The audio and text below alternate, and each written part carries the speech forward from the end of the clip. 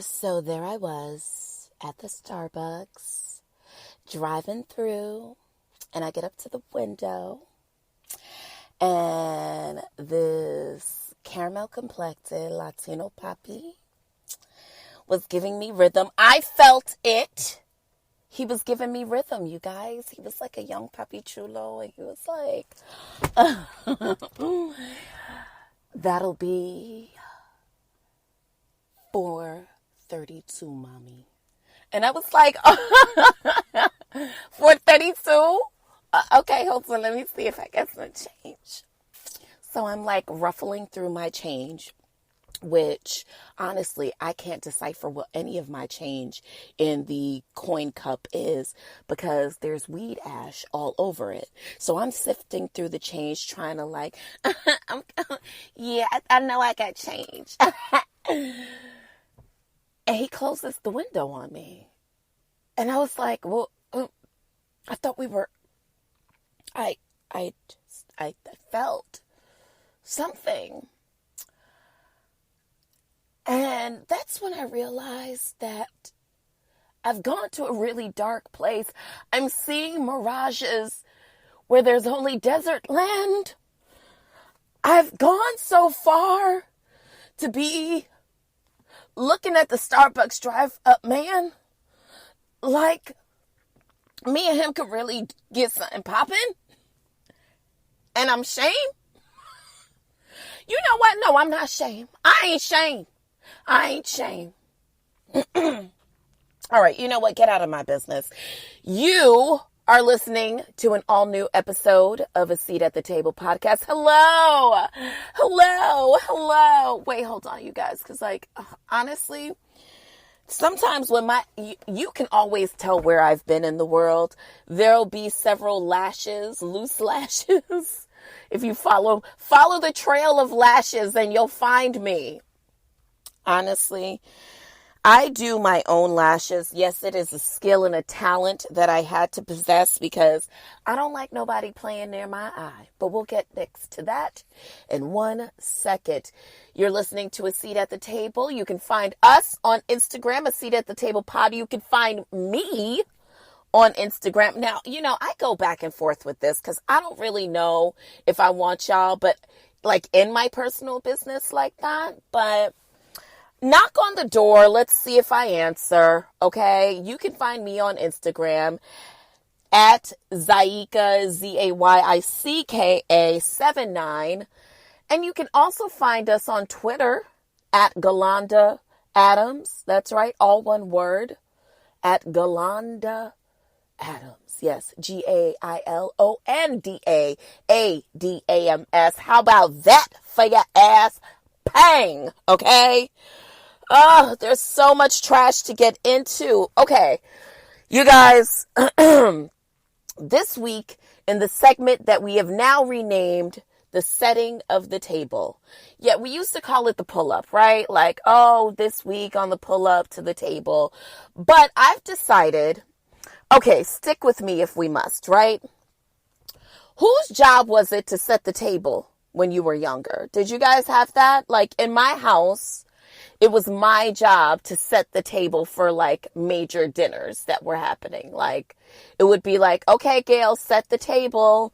And I would get the mats and all the forks and the cups and the stuff. And if I felt really like, really like, Honey Dijon, I would be like, oh yes, let me get a bucket of ice for y'all. And, like really make it classy. Let me rip the napkin and fold it in a triangle for you bitches.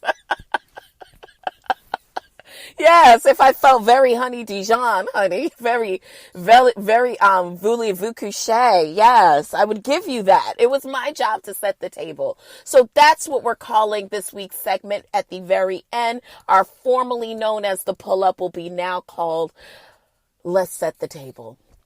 All right, so this week, y'all, I am feeling great. How are you feeling? Honestly, like just breathe in with me. Can we just breathe really quick? All right. Just take a deep breath in. Feel your tummy just And then just release it. Just do it just one more time. Can we just do it one more time? And then just release it. I can tell that you probably haven't been doing any deep breathing exercises, because I could tell that was a mission for you. Did you even do it? Because I know you probably was like, oh girl, like, come on. No, for real. Sometimes you don't even realize it. I don't even think people realize it, because oftentimes we're not conscious of our actual beingness.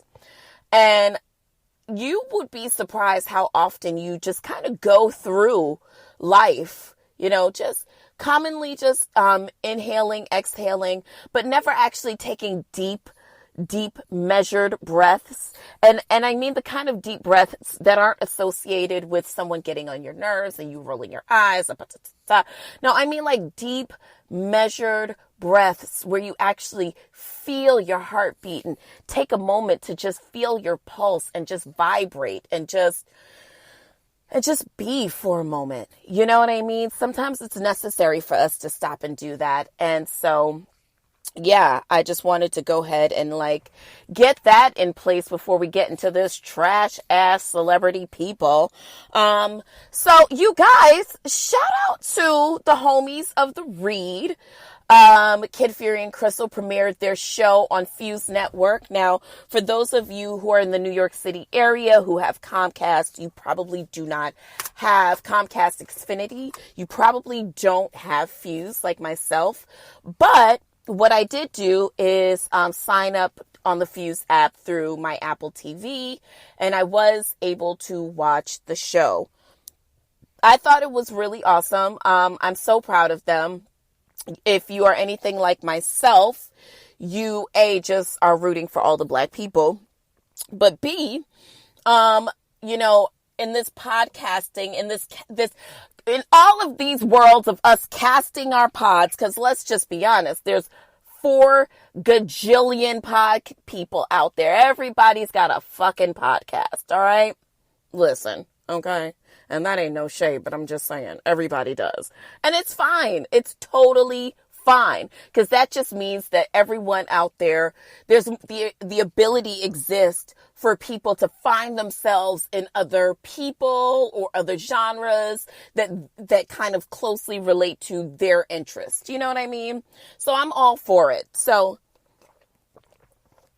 at any rate, listen, I'm very proud of them. You can catch them on Fuse every Friday night.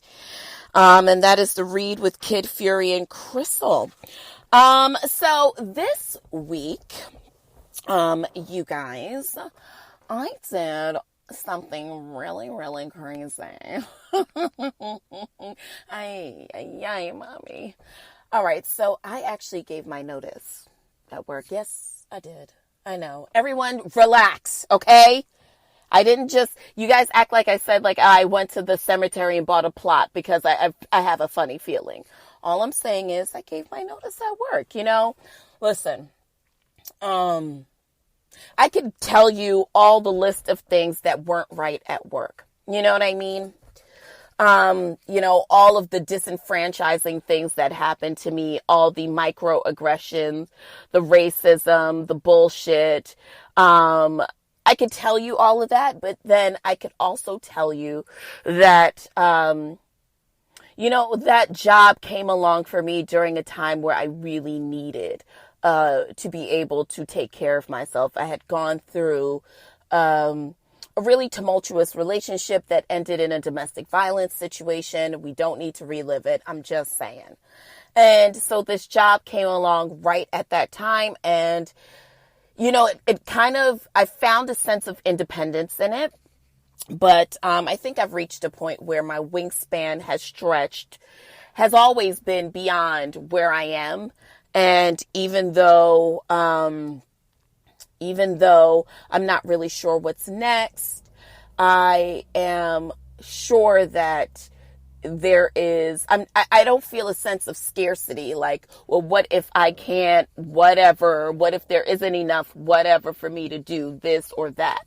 I believe that abundance exists in this world. And I've always been able to, God, I'm so grateful, but I've always been able to sustain myself, so child, yes, honey, mother did. But you know what, you guys, I think that that's all kind of par for the course for all of us. You know what I mean? Like, I'm still up early in the morning and on my grind and still going to work right now and still treating everything as though nothing has changed, because what are you going to do?